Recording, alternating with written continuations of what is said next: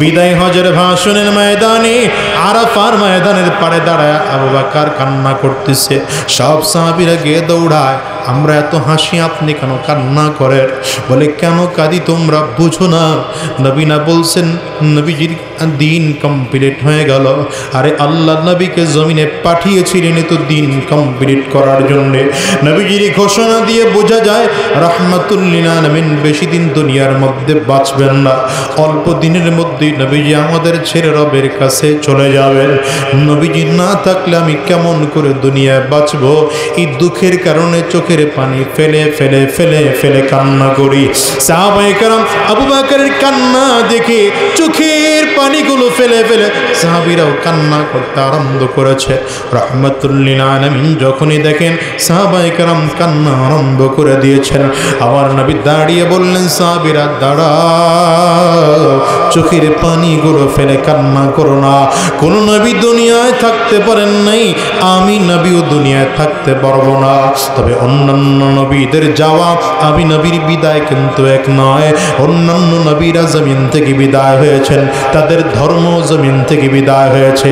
আমি নবী বিদায় হয়ে যাব, আমি নবীর ধর্ম জমিন থেকে বিদায় হবে না। অন্যান্য নবীরা বিদায়, অন্যান্য নবীদের কিতাব জমিন থেকে বিদায়। আমি নবী যদিও জমিন থেকে বিদায় হয়ে যাব, আমি নবীর ধর্মীয় গ্রন্থ কোরআনুল কারীম জীবনেও কোনোদিন বিদায় হবে না।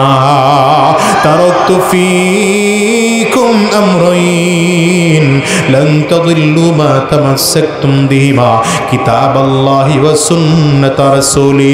রাহমাতুল লিল আলামিন বলেন, উম্মতেরা, সাহাবীরা, আমি তোমাদের মাঝে দুটো জিনিস রেখে গেলাম। এই দুইটা জিনিসকে যদি মজবুত করে আঁকড়িয়ে ধরে রাখতে পারো, জিন্দিগিতেও তোমরা পথভ্রষ্ট হবে না। এক নম্বর আমার আল্লাহর কোরআন, দ্বিতীয় নম্বর আমি নবীর সুন্নাহ। এই দুনিয়ার মানুষেরা, আপনাদের কাছেও আমি বলে যাই, আজকে নবীজি 1450 বছর আগে আপনার আমার কাছ থেকে বিদায় হয়েছেন। নবী বিদায় নেওয়ার পরে দ্বীনের দাওয়াত দিয়েছেন সাহাবায়ে কেরাম, সাহাবায়ে কেরাম বিদায় নিয়েছেন, দ্বীনের দাওয়াত দিয়েছেন তাবিঈন, তাবিঈন বিদায় নিয়েছেন, দ্বীনের দাওয়াত দিয়েছেন তাবিঈন, তারাও জমিন থেকে বিদায় নিয়েছেন, দ্বীনের দাওয়াত দিয়েছেন উলামায়ে কেরাম। বর্তমান যুগের উলামায়ে কেরামরাও আপনাদের কাছে এসে এসে হাতে পায়ে ধরে ধরে দ্বীনের দাওয়াতগুলো দিয়ে যায়। এর একটাই মাত্র কারণ, এই দ্বীনের জন্য উহুদের ময়দানে রাসূল আরবি দন্দন মুবারক শহীদ করেছে। কাফির মুশরিকরা আমার নবীর দিকে লক্ষ্য করে তীর মেরেছে। তীরের আঘাতের কারণে নবীর মাথার লোহার টুপিটা ভেঙে মাথার কপালের মধ্যে লোহার টুকরা ঢুকে যায়। এত গভীরভাবে লোহার টুকরা ভেতরে ঢুকে গিয়েছে, অন্যান্য সাহাবীরা দাঁত দিয়ে কামড় দিয়ে সামনের দিকে টান দেয়, নবীর লোহার টুকরা বের হয় না। একজন সাহাবী গিয়ে টান দিয়েছেন, দাঁত দুটো ভেঙে জমিনের মধ্যে পড়ে গিয়েছে, লোহার টুকরা বের হয় না। আবারও টান দিয়েছেন, আরো দুইটা দাঁত জমিনের মধ্যে পড়ে গিয়েছে, লোহার টুকরা বের হয় না। অন্যান্য সাহাবীরা ধরে টান দেয়, ভাইরে এমন পাগলামি করো না, আমরা নবীর মাথার থেকে লোহার টুকরা বের করার জন্য চেষ্টা করব। সাহাবী কান্না করেন আর বলেন, সাবধান, আমার নবীর মাথার মধ্যে লোহার টুকরা থাকবে আর আমার মুখের মধ্যে দাঁত থাকবে, এটা কোনোদিন হতে পারে না। আমার মুখের মধ্যে দাঁত একটাও থাকা সত্ত্বেও নবীজির মাথার থেকে লোহার টুকরা বের না করে আমি ছাড়ব না। মারির দাঁত দিয়ে কামড় দিয়েছেন, লোহাটা বের হয়ে চলে আসছে। সাহাবী বেহুশ হয়ে জমিনের মধ্যে পড়ে গেল। রাসূল আরবি তাকায় দেখেন সামনের দুটো দাঁত জমিনের মধ্যে পড়ে গিয়েছে। রাহমাতুল লিল আলামিন চেহারা মুখের মধ্যে দিলেন, রক্তে হাত লাল হয়ে গিয়েছে। নবীজির জবান থেকে বদদুয়া বের হয়ে গিয়েছে, কাইফা ইউফলিহু কওমুন দাম্মা ওয়াজহা নবিয়্যিল্লাহ। ওই জাতি কেমনে সফল কাম হবে যেই জাতি তার নবীর চেহারা থেকে রক্ত ঝরায়। আরে রাসূল আরবি তো কখনোই কাউকে বদদুয়া দেন নাই, নবীজি তো প্রত্যেককে বদদুয়া দেন নাই কাউকে জীবনে কোনোদিন। আজকে নবীজির জবান থেকে আফসোস করে কথা বের হয়ে গেল। আল্লাহ তাআলা ডাক দেয়, হাবিব আপনার শরীর থেকে রক্ত ঝরেছে, আপনি কষ্ট পেয়েছেন নাকি? নবী বলেন, না না, আপনার দিনের জন্য যত রক্ত ঝরাই ততই ভালো লাগে। আল্লাহ তাআলা ডেকে বলেন, পয়গম্বর এরপরও কেন আপনার শরীর থেকে আমি আল্লাহ তাআলা রক্ত ঝরাইলাম? কারণ হলো আমি টোটাল উহুদের ময়দানটাকে কিয়ামত পর্যন্ত ইসলামের জন্য বায়না করে দিতে চাই। তায়েফের জমিনে গিয়েছেন রাহমাতুল লিল আলামিন। না না, নবীজি রক্ত ছড়িয়েছেন কিন্তু বদদুআ দেন নাই। তায়েফের মক্কা কাফের কাফির মুশরিকরা নবীজিকে লক্ষ্য করে তীর মেরেছে। রাহমাতুল লিল আলামিনকে লক্ষ্য করে ছোট ছোট বাচ্চাদের হাতের রাবারের গুলিগুলো দিয়ে পাথরের টুকরা দিয়েছে। এই বাচ্চাগুলো বুঝে না পাথরের টুকরাগুলো আমার নবীর দিকে লক্ষ্য করে জোরে জোরে মেরেছে। নবীজির পাল্লক ছেলে যায়েদ ইবনে হারেসা বলেন, সেদিন আমি আমার নবীর সাথে ছিলাম। পাথরগুলো এত জোরে এসে আমার নবীর শরীরের মধ্যে পড়েছে, চামড়া ছিদ্র হয়ে গোশতের মধ্যে ঢুকে যায়, রক্ত টপ টপ করে নবীজির শরীর থেকে পড়ে। নবীজি হাঁটতে পারেন না, বেহুশ হয়ে জমিনের মধ্যে পড়ে যায়। কূপ থেকে পানি পান করতে যায়, কাফিররা তাও বাধা হয়ে দাঁড়ায়, রাহমাতুল লিল আলামিনকে পানি পান করতে দিবে না। যায়েদ ইবনে হারেসা বলেন, হে রে দুনিয়ার মানুষ, আমার নবীজির শরীর থেকে রক্তের ফোঁটা টপ টপ করে করে জমিনের মধ্যে পড়ে। এই তো গত বৃহস্পতিবারে আমি উমরা সফর শেষ করে আসলাম, নবীজির রক্ত যেখানে পড়া ছিল ওই জায়গাটা এখনো চিহ্নিত করা আছে। যায়েদ ইবনে হারেসা বলেন, নবীজির শরীর থেকে একটা একটা পাথরের টুকরাগুলো আমি সরায় দিতেছি আর নবীজির রক্তগুলো জমিনের মধ্যে পড়ে। কিন্তু কত রহমতের নবী আমার নিজের রক্তগুলো জমিনে পড়তে দেন না, নিজের চাদর দিয়ে মুছে মুছে মুছে মুছে ভাঁজ করে রাখেন। আবার নবীজি মুছতেছেন, আবার ভাঁজ করে রাখতেছেন। যায়েদ ইবনে হারেসা বলেন, পয়গম্বর রক্ত কেন আপনি জমিনের মধ্যে পড়তে দেন না?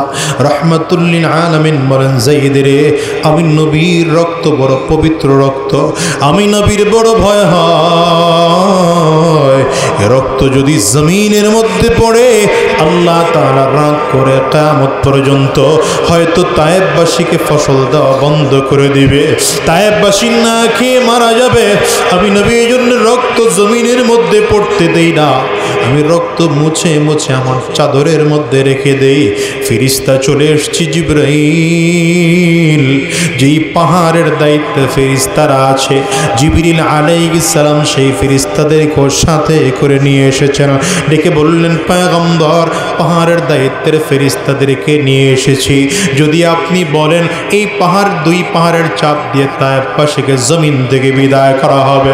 রাহমাতুল লিল আলামিন কান্না করেন আর বলেন, না না, ওদেরকে যদি পাহাড়ের চাপা দিয়ে জমিন থেকে বিদায় করে ফেল, আমি নবী কার কাছে গিয়ে দ্বীনের দাওয়াত দেব? কেমন ছিলেন আমার নবী! এই দরদি উম্মতি নবীর বিরুদ্ধে আজকে মানুষ, দুনিয়ার মানুষেরা চলে গেল। সাহাবায়ে কেরামদের এই কথাগুলো সব মনে পড়ে যায়, বড় আনন্দ প্রকাশ করতেছে। হঠাৎ করে তাকায় দেখেন আবু বকর সিদ্দিক চোখের পানি ছেড়ে কান্না করেন। বিদায় হজের ভাষণের ময়দানে আরাফার ময়দানের পাড়ে দাঁড়ায় আবু বকর কান্না করতেছে। সব সাহাবীরা গিয়ে দৌড়ায়, আমরা এত হাসি, আপনি কেন কান্না করেন? বলে, কেন কাঁদি তোমরা বুঝো না? নবী না বলছেন নবীজির দিন কমপ্লিট হয়ে গেল। আরে আল্লাহ নবীকে জমিনে পাঠিয়েছিলেন তো দিন কমপ্লিট করার জন্য। নবীজির ঘোষণা দিয়ে বোঝা যায় রাহমাতুল লিল আলামিন বেশি দিন দুনিয়ার মধ্যে বাঁচবেন না, অল্প দিনের মধ্যেই নবীজি আমাদের ছেড়ে রবের কাছে চলে যাবেন। নবীজি না থাকলে আমি কেমন করে দুনিয়ায় বাঁচব? এই দুঃখের কারণে চোখের পানি ফেলে ফেলে ফেলে ফেলে কান্না করি। সাহাবায়ে কেরাম আবু বকরের কান্না দেখে চোখের পানিগুলো ফেলে ফেলে সাহাবীরাও কান্না করতে আরম্ভ করেছে। রাহমাতুল লিল আলামিন যখনই দেখেন সাহাবায়ে কেরাম কান্না আরম্ভ করে দিয়েছেন, আমার নবী দাঁড়িয়ে বললেন, সাহাবীরা দাঁড়াও, চোখের পানিগুলো ফেলে কান্না করো না। কোন নবী দুনিয়ায় থাকতে পারেন নাই, আমি নবীও দুনিয়ায় থাকতে পারবো না, তবে অন্যান্য নবীদের যাওয়া, আমি নবীর বিদায় কিন্তু এক নয়। অন্যান্য নবীরা জমিন থেকে বিদায় হয়েছেন, তাদের যাদের ধর্ম জমিন থেকে বিদায় হয়েছে, আমি নবী বিদায় হয়ে যাব, আমি নবীর ধর্ম জমিন থেকে বিদায় হবে না। অন্যান্য নবীরা বিদায়, অন্যান্য নবীদের কিতাব জমিন থেকে বিদায়, আমি নবী যদিও জমিন থেকে বিদায় হয়ে যাব, আমি নবীর ধর্মীয় গ্রন্থ কোরআনুল কারীম জীবনও কোনোদিন বিদায় হবে না। তারাকতু ফীকুম আমরাইন লান তাদিল্লু মা তামাসসাকতুম বিহিমা কিতাবাল্লাহি ওয়া সুন্নাত রাসূলি রাহমাতুল লিল আলামিন। বলেন উম্মতেরা, সাহাবীরা, আমি তোমাদের মাঝে দুটো জিনিস রেখে গেলাম, এই দুইটা জিনিসকে যদি মজবুত করে আঁকড়িয়ে ধরে রাখতে পারো, জিন্দিগিতেও তোমরা পথভ্রষ্ট হবে না। এক নম্বর আমার আল্লাহর কোরআন, দ্বিতীয় নম্বর আমি নবীর সুন্নাহ। এই দুনিয়ার মানুষেরা, আপনাদের কাছেও আমি বলে যাই, আজকে নবীজি 1450 বছর আগে আপনার আমার কাছ থেকে বিদায় হয়েছেন। নবী বিদায় নেওয়ার পরে দ্বীনের দাওয়াত দিয়েছেন সাহাবায়ে কেরাম, সাহাবায়ে কেরাম বিদায় নিয়েছেন, দ্বীনের দাওয়াত দিয়েছেন তাবিঈন, তাবিঈন বিদায় নিয়েছেন, দ্বীনের দাওয়াত দিয়েছেন তাবিঈন, তারাও জমিন থেকে বিদায় নিয়েছেন, দ্বীনের দাওয়াত দিয়েছেন উলামায়ে কেরাম। বর্তমান যুগের উলামায়ে কেরামরাও আপনাদের কাছে এসে এসে হাতে পায়ে ধরে ধরে দ্বীনের দাওয়াতগুলো দিয়ে যায়। এর একটাই মাত্র কারণ, কোরআন ছাইড়ো না, নবীজির সুন্নাহ ছাইড়ো না, জীবন চলে যাবে, আল্লাহর দ্বীনের বাহিরে চলবো না। আজকের ময়দান থেকে ওয়াদা করে বিদায় হও, আল্লাহর এই দুনিয়ায় যতদিন বেঁচে থাকবো কোরআনের বাহিরে একটা কদম নাড়াবো না, নবীজির সুন্নাহর বাহিরে এক কদম নাড়াবো না, ইসলামের বাহিরে কোনো বিধান মানবো না। তৈয়ার কারা কারা? দুইটা হাত উঁচা করে আমার আল্লাহকে দেখাও, আওয়াজ দিয়া চিৎকার করে ডাক দাও আল্লাহ। জবান খুলে ডেকে বলো আল্লাহ, আওয়াজ দিয়ে চিল্লা মালিকের ডেকে বলো আল্লাহ। আয় আল্লাহ, আমরা সবাই মিলে ওয়াদা করলাম কোরআনের বাহিরে আর চলবো না, সুন্নাহর বাহিরে আর চলবো না, দ্বীনের বাহিরে আর চলবো না। আল্লাহ তুমি কবুল করে নাও, কবুল করে নাও, কবুল করে নাও। চিৎকার করে বলো আমিন, আওয়াজ দিয়ে জবান খুলে বলো আল্লাহুম্মা আমিন। الذي أرسله بالحق بشيرا ونذيرا وداعيا إلى الله بإذنه وسراجا وقمرا منيرا. أما بعد فأعوذ بالله من الشيطان الرجيم. بسم الله الرحمن الرحيم.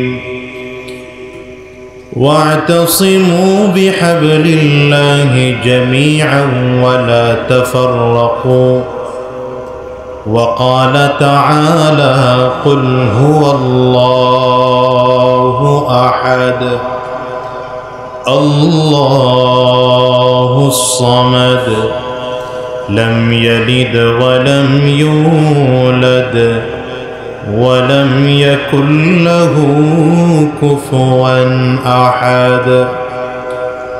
صدق الله العظيم وصدق رسوله النبي الكريم ونحن على ذلك من الشاهدين والشاكرين والحمد لله رب العالمين. سبحانك لا علم لنا إلا ما علمتنا إنك أنت العليم الحكيم. رب اشرح لي صدري ويسر لي أمري واحلل عقدة من لساني يفقه قولي. لا إله إلا الله. জোরে আওয়াজ দিয়ে জবান খুলে সকলে মিলে লা ইলাহা ইল্লাল্লাহ।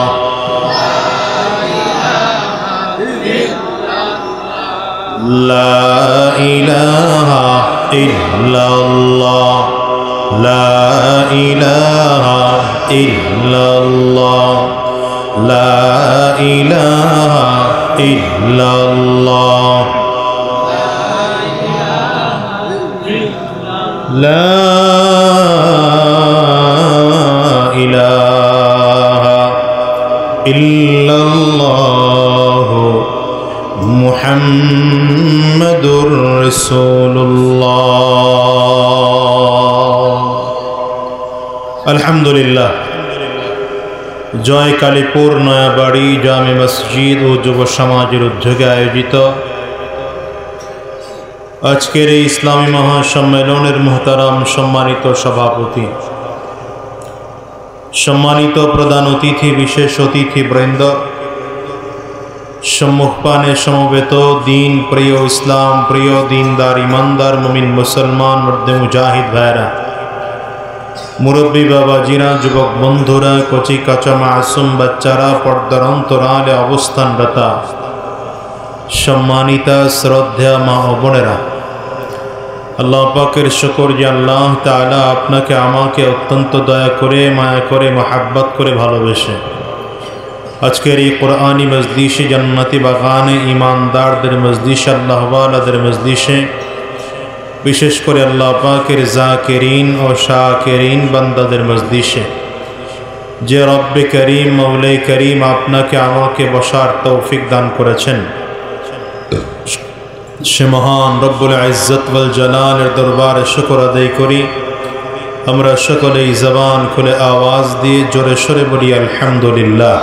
আলোচনা খুব লম্বা হবে না, খুব সংক্ষিপ্ত করে শেষ করব ইনশাআল্লাহ, যেহেতু প্রতিকূল আবহাওয়া। সন্ধ্যার পরে বৃষ্টি হয়েছে, সন্ধ্যার পরেও বৃষ্টি হয়েছে। আর এই বৃষ্টির মধ্যে আসলে সবচেয়ে বড় সমস্যা হয় আয়োজক কমিটির মন ভেঙে যায়। কিন্তু আমাদের একটা বিষয় মনে রাখা উচিত, বান্দার কাজ হলো চেষ্টা করা। সফল হব কি হব না এ দায়িত্ব বান্দার না, এ দায়িত্ব কার? আওয়াজ দিয়ে একটু জোরে সবাই বলেন। আমাদের দায়িত্ব ছিল এখানে মাহফিলের আয়োজন করা, আর বিশেষ করে আমার উপরে দায়িত্ব ছিল এখানে দাওয়াত নিয়ে দাওয়াতে উপস্থিত হওয়া। এখন মাহফিল হবে কি হবে না এ দায়িত্ব আপনার আমার না। আল্লাহ যদি চান যে এখানে মাহফিলের থেকে বৃষ্টি বেশি প্রয়োজন, তা আল্লাহ তাআলা যে ফয়সালা করবেন আমরা বান্দা হয়ে আল্লাহ পাকের ফয়সালার উপরে সন্তুষ্ট, ঠিক না? জন্য মন খারাপ, মন বেজারের কোনো সুযোগ নেই। আল্লাহ তাআলা এখানে বৃষ্টি দিলেও আমরা খুশি, মাহফিল হলেও খুশি। আল্লাহ তাআলা বান্দার জন্য যেটা ফয়সালা করেন বান্দার জন্য সেটাই কল্যাণকর। ইমানদারের বিশ্বাস এমনই হওয়া দরকার, ঠিক কিনা? এজন্যে খুব গুরুত্ব দিয়ে এখনকার মাহফিলগুলোতে উপস্থিত হওয়ার চেষ্টা করি। ছোট না বড়, লোক কম না বেশি, এই চিন্তাটা কম করি। কারণ মানুষকে এখন বেশি কথা শোনানো দরকার। এতদিন একরকম মানুষ কথা শুনছে, তো এখন তো আলহামদুলিল্লাহ পরিবর্তনের ছোঁয়া আরম্ভ হয়েছে। কথা বলেন না কেন?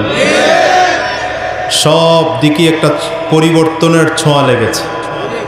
সুতরাং আমরাও চাই গোটা বাংলাদেশের মানুষের মধ্যে ইসলামের পরিবর্তন আসুক, ইসলাম শিখা আরম্ভ করুক। এবং এই জন্য খুব গুরুত্ব দিয়ে কথা বলার চেষ্টা করি। আপনারাও যদি মনোযোগ দিয়ে বসেন, খুব অল্প সময়ের মধ্যে কথা শেষ করে ইনশাআল্লাহ আমি আমার গন্তব্যে যাব।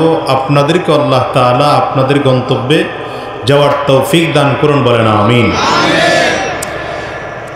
দুই দিক থেকে আয়াতে কারিমা তিলাওয়াত করেছি, এর মধ্যে একটি সূরা তিলাওয়াত করেছি, যেই সূরা আপনাদের সবার পরিচিত সূরা। কুরআনুল কারীমের 112 নম্বর সূরা, সূরাতুল ইখলাস। সূরাটার নাম কি? সবাই একটু আওয়াজ করে বলেন, সূরাটার নাম কি? সূরাতুল ইখলাস। খুব পরিচিত সূরা। এই সূরা এমন একটি সূরা যার মধ্যে মাত্র 4 আয়াত। আয়াত কয়টা? আয়াত সংখ্যা কত? 4। মাত্র 4 সংখ্যা বিশিষ্ট একটি আয়াত সূরা। এই 4 আয়াত বিশিষ্ট একটি সূরার মধ্যে আল্লাহ তাআলা পরিপূর্ণভাবে নিজের পরিচয় তুলে ধরছেন।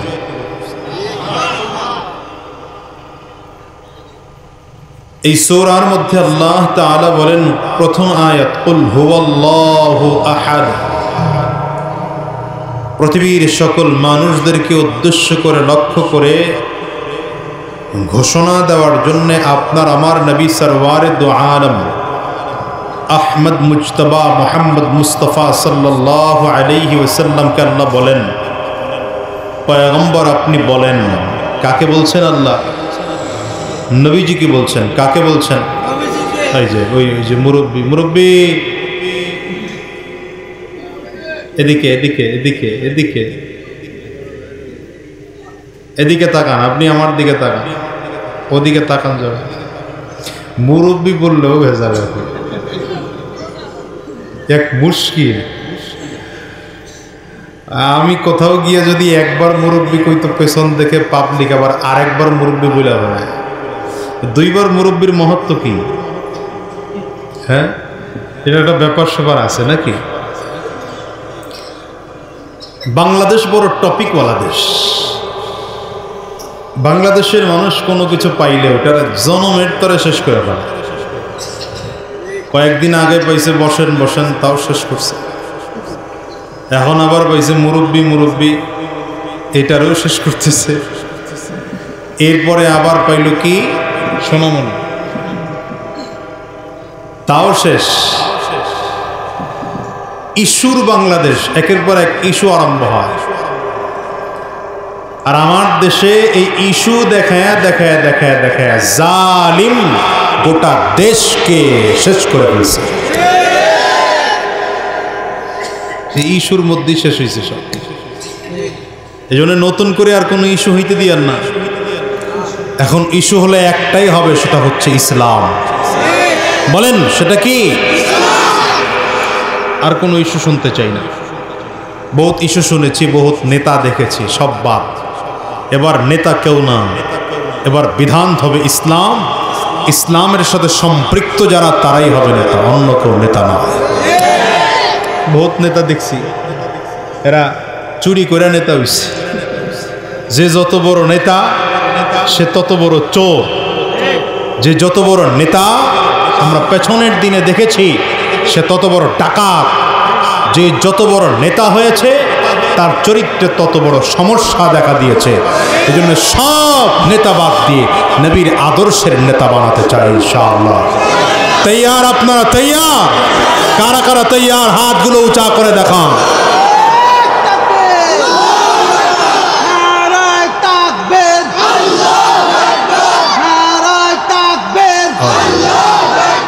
মাশাআল্লাহ, এভাবে প্রস্তুত থাকবেন ইনশাআল্লাহ। প্রিয় ভাইরা আমার, তো আল্লাহ তাআলা নবীকে বলছেন, পয়গম্বর পৃথিবীর মানুষকে আপনি জানিয়ে দেন, হুয়াল্লাহু আহাদ। গোটা পৃথিবীর মানুষকে আপনি জানিয়ে দেন, সে আল্লাহ হলেন এক। বলেন আল্লাহ কয়জন? আঙ্গুলটা উঁচা করে একটু চিৎকার করে জোরে, একজন। আল্লাহ কয়জন? এখানে আরবি একটা শব্দ ব্যবহার করা হয়েছে, উলামায়ে কেরাম ভালো বুঝবেন। আহাদ শব্দ ব্যবহার করা হয়েছে, মূলত এক শব্দের আরবি হচ্ছে ওয়াহিদ। আরবি একের এক, বাংলার আরবি কি? ওয়াহিদ। কিন্তু আল্লাহ তাআলা বলেছেন আহাদ। আহাদ বলে আল্লাহ কি বুঝাইতে চাইলেন? আল্লাহ তাআলা বুঝাইতে চাইলেন যে আল্লাহর পরিচয় শুধু এক নয়, বরঞ্চ আল্লাহর পরিচয় হচ্ছে এমন এক, যেই একের দ্বিতীয় নেই। অর্থাৎ এক এবং একক, অনন্য। যদি আপনি বলেন এক, তো একের দুই হয়, দুইয়ের তিন হয়, তিনের পরে চার হয়। তো আমার আল্লাহ তাআলা এমন এক এবং এমন একক যার কোনো দ্বিতীয়। এই আয়াত নাজিল হওয়ার, সূরা নাজিল হওয়ার কারণ হলো রাসূলুল্লাহ সাল্লাল্লাহু আলাইহি ওয়াসাল্লাম সাফা পাহাড়ে দাঁড়িয়ে সর্বপ্রথম দাওয়াত দিলেন, তাআলাউ ইলা কালিমাতিন সাওয়াইন বাইনানা ওয়া বাইনাকুম আল্লা না'বুদা ইল্লাল্লাহ। গোটা মক্কাবাসীকে নবীজি দাওয়াত জানাইলেন, তোমরা যদি সব কিছু ছেড়ে দিয়ে জাহান্নাম থেকে বাঁচতে চাও তাহলে এক আল্লাহর উপরে ঈমান এনে ফেলো। নবীজি ক্লিয়ার করে বললেন, তাআলাউ ইলা কালিমাতিন, এমন এক কথার দিকে আসো, সাওয়াইন বাইনানা ওয়া বাইনাকুম, যে তোমাকে আর আমাকে সমান করে দিবে। কারণ এই কয়েকদিন আগেও আমরা দেখেছি দেশের নেতার মর্যাদা একরকম, জনগণের মর্যাদা আরেক রকম। নেতার বাড়ি একরকম, জনগণের বাড়ি, কথা বলেন না তো আপনারা? নেতার গাড়ি একরকম, জনগণের গাড়ি। নেতার পদমর্যাদা একরকম, জনগণের পদমর্যাদা। নেতার চলাফেরা একরকম, জনগণের চলাফেরা আরেক রকম। আল্লাহর নবী এই দাওয়াত দিচ্ছেন, এমন এক কথার দিকে আসো যেই কথায় সাদা আর কালোর বিভেদ থাকবে না, ধনী আর গরিবের ভেদাভেদ থাকবে না, বড় লোক ছোট লোকের ভেদাভেদ থাকবে না, কি বলে রাজা প্রজার ভেদাভেদ থাকবে না। সে কথা হচ্ছে আল্লাহু আকবার, আল্লাহ না'বুদা ইল্লাল্লাহ। সে কথা হলো এক আল্লাহর গোলামি করব আর কারো গোলামি করব। কারণ রবের গোলাম আপনিও, রবের গোলাম আমিও। তো আপনার আমার মধ্যে মর্যাদার সম্মানের কম কোনো বেশি হতেই পারে না, কথা কন না কেন?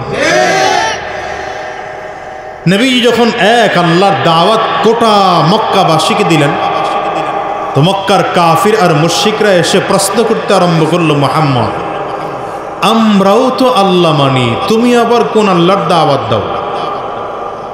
আপনারা খুব মনোযোগ দিয়ে না শুনলে বুঝবেন না। কাফিররা কি প্রশ্ন করলো? আমরাও তো আল্লাহ না মানে না মানে, তাহলে কাফিররাও আল্লাহকে মানত। মক্কার তখনকার কাফিররাও আল্লাহকে মানত। কাফিররা বলে, মুহাম্মদ আমরাও তো আল্লাহ মানি, তুমি আবার কোন আল্লাহর দাওয়াত দিচ্ছ? এই আল্লাহর বংশ পরিচয় কি? এই আল্লাহর বাবাকে, এই আল্লাহর সন্তানকে, তার পরিচয় কি? এই প্রশ্নের দ্বারা বোঝা যায় যে মক্কার কাফির মুশরিকরাও আল্লাহকে মানত। তাহলে যদি মক্কার কাফির মুশরিকরা আল্লাহকে মানে, তো নবী আবার আল্লাহর দাওয়াত দেবেন কেন? কি প্রশ্ন জাগে কিনা? যদি নবীজি কাফির মুশরিকদেরকে আল্লাহর দাওয়াত দেন, তাহলে কাফিররা আগের থেকে আল্লাহ মানলে এই দাওয়াত দিয়ে লাভ কি? এ কারণে কাফির মুশরিকরাও প্রশ্ন করেছে, মুহাম্মদ আমরাও তো আল্লাহ মানি, তুমি কোন আল্লাহর দাওয়াত দিচ্ছ? পার্থক্যটা এখানে, কাফির মুশরিকরাও আল্লাহকে মানত, কিন্তু রাসূলুল্লাহ সাল্লাল্লাহু আলাইহি ওয়াসাল্লাম যেভাবে মানতে বলেছেন ওইভাবে মানত না। যেমন বর্তমানে বাংলাদেশেও একদল, তারাও আল্লাহকে আল্লাহ মানে, কোরআনও মানে, কিন্তু হুজুররা যে এইভাবে কোরআন মানতে বলে এইভাবে মানে না। যেমন আমাদের দেশের মানুষ কোরআন মানে হলো বাবার মৃত্যুবার্ষিকী আর মায়ের মৃত্যুবার্ষিকীতে, কথা বল না তো, ঠিক না? এটা হচ্ছে কোরআন মানার ধরন। বাবার মৃত্যুবার্ষিকী আর মায়ের মৃত্যুবার্ষিকীতে মসজিদের ইমাম সাহেবের দাওয়াত দিয়ে বাড়িতে নিয়ে আসবে, হুজুর এক দুই খতম কোরআন পড়ে দোয়া করায় দিয়ে যাবে, এটা হচ্ছে আমাদের মানা। আর হুজুরদের কথা হচ্ছে না, শুধু কোরআন ঘরে না, বরঞ্চ কোরআন দিয়া গোটা দেশ পরিচালনা হবে। কি পার্থক্য আছে না নাই? ওই সময়ে মক্কার কাফির মুশরিকরাও আল্লাহকে আল্লাহ মানত। কেমন করে মানত?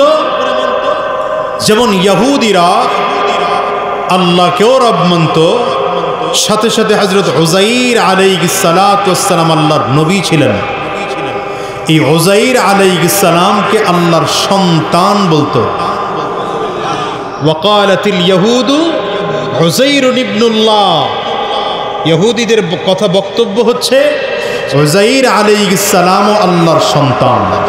আপনারা বলেন আল্লাহর কোনো সন্তান আছে নাকি? এটা হলো কাদের বক্তব্য? এই যে কথা বলেন না আপনারা সবাই, কথা না বললে আলোচনা বুঝবেন না। কাদের বক্তব্য? ইহুদিদের বক্তব্য। আবার খ্রিস্টানদের বক্তব্য হলো আল্লাহ তো আসেনি, বাকি হযরত ঈসা আলাইহিস সালাম আল্লাহর সন্তান। নাউজুবিল্লাহর পাওয়ার ভালো না। মারিয়াম আলাইহিস সালাম আল্লাহর স্ত্রী, জোরে নাউজুবিল্লাহ। তার মানে খ্রিস্টানদের কথা অনুযায়ী ইলাহ রব হলেন তিনজন, খোদা কয়জন? খ্রিস্টানদের বক্তব্য অনুযায়ী খোদা কয়জন? একজন হলেন আল্লাহ, একজনকে আল্লাহ, আরেকজন ঈসা আলাইহিস সালাম, আরেকজন মারিয়াম আলাইহিস সালাম। ইহুদিদের বক্তব্য অনুযায়ী খোদা হলেন দুইজন। কয়জন? এই ছেলে বসো। ইহুদিদের বক্তব্য অনুযায়ী খোদা কয়জন? আল্লাহ তো আসেনি, পাশাপাশি তারা উযাইর আলাইহিস সালামকেও আল্লাহর সন্তান মনে করত। আবার হিন্দুত্ববাদ, যারা হিন্দুতে বিশ্বাসী, হিন্দু ধর্মের মানুষ, এদের বক্তব্য হলো যত মূর্তি তত ক্ষমতা। এই জন্য তারা কাবার মধ্যে 360 মূর্তি ঢুকেছে। এ ছেলে এমনি মোড়ামুড়ি করবা না, সুন্দর করে বসো, হাত সামনে আনো, ভালো করে, হ্যাঁ মজা করে বসো, আরো সুন্দর করে ঘুরে বসো। হিন্দুদের বক্তব্য হলো 360টা মূর্তি তারা কাবার মধ্যে ঢুকিয়েছে। এদের বিশ্বাস প্রত্যেকটা মূর্তির আলাদা আলাদা ক্ষমতা আছে। কোন মূর্তির পূজা করলে সংসারে শান্তি হয়, নাউজুবিল্লাহ বললেন। কোন মূর্তির পূজা করলে ব্যবসায় উন্নতি হয়, কোন মূর্তির পূজা করলে দেশের মধ্যে শান্তি আসে, কোন মূর্তির পূজা করলে ফসল ভালো হয়। এজন্য বিগত দিনে আমরা কারো মুখ থেকে বক্তব্যও শুনেছি, মা গজে চড়ে এসেছিল, এই জন্য ফসল ভালো হয়েছে। কি শুনছেন না আপনার এই বক্তব্য? এটা হলো হিন্দু ভাইদের বিশ্বাস। এখন এরাও তো আল্লাহ মানে, এরাও আল্লাহ মানে, ইহুদিরাও আল্লাহ মানে, খ্রিস্টানরাও আল্লাহ। তাহলে নবী কোন আল্লাহর দাওয়াত দিচ্ছেন? এটা কাফির মুশরিকরা স্বাভাবিক পর্যায়ে নবীকে প্রশ্ন করল, তুমি যে আল্লাহর দাওয়াত দিচ্ছ, সেই আল্লাহ কি সন্তান আছে? সে আল্লাহর বাবা আছে? সে আল্লাহর বংশ পরিচয় আছে? এখন নবীজি সেই প্রশ্নের উত্তর দিবেন তো আল্লাহর পক্ষ থেকে ওয়াহী নাজিল হওয়ার আগে তো নবীজি জবাব দিবেন না। যখনই ওয়াহী নাজিল হবে তখনই নবীজি সেই প্রশ্নের জবাব দিবেন। আল্লাহ তাআলা এর পরিপ্রেক্ষিতে আয়াত নাজিল করলেন, কুল হুয়াল্লাহু আহাদ, কুল হুয়াল্লাহু আহাদ, আল্লাহুস সামাদ। মক্কার কাফির মুশরিকরা, ইহুদি নাসারারা তোমাকে প্রশ্ন করে, মুহাম্মদ তোমাদের আল্লাহর পরিচয় বলো, তুমি তোমার আল্লাহর পরিচয় বলে দাও। আল্লাহর সন্তান নাই, আল্লাহর ভিন্ন কোনো পরিচয় নাই, আল্লাহর বংশের কোনো পরিচয় নেই। আল্লাহ পাকের 1 নম্বর পরিচয় হলো আমার আল্লাহ হলেন এক এবং একক, যার কোনো দ্বিতীয় নাই।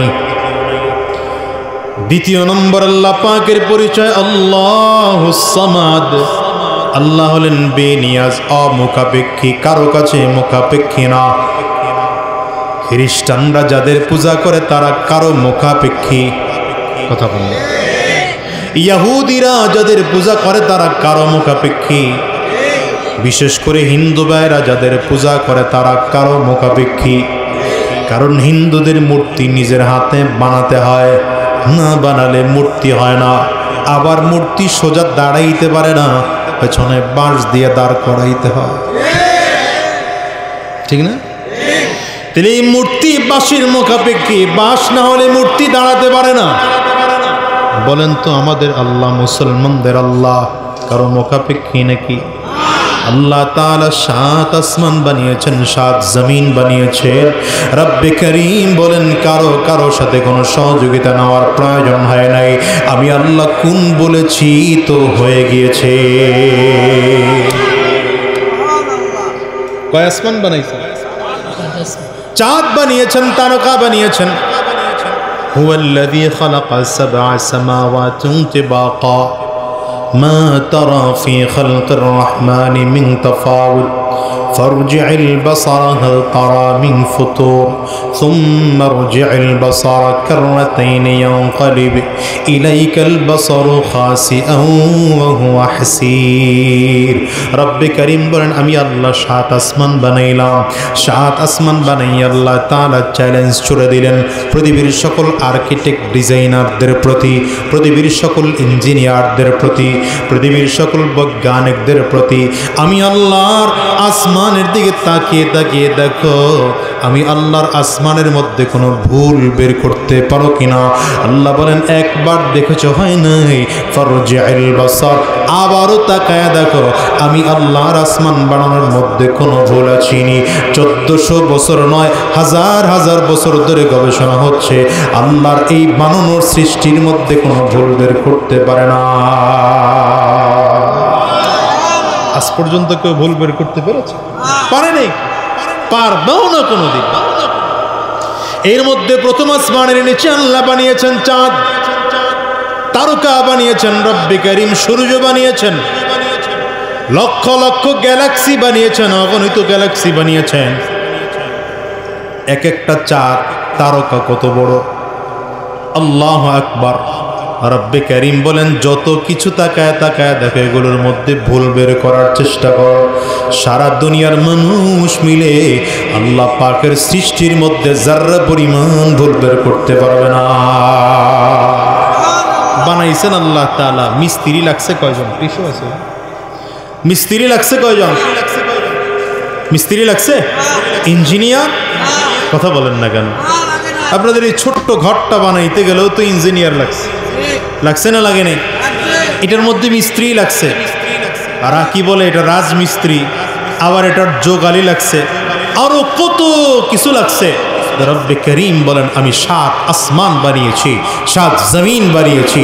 আসমান জমিনের মধ্যে গাছপালা, নদী নালা, মানুষ, কত কিছু, পাহাড় বানিয়েছি, এই সূর্য বানিয়েছি, চাঁদ বানিয়েছি, তারকা বানিয়েছি।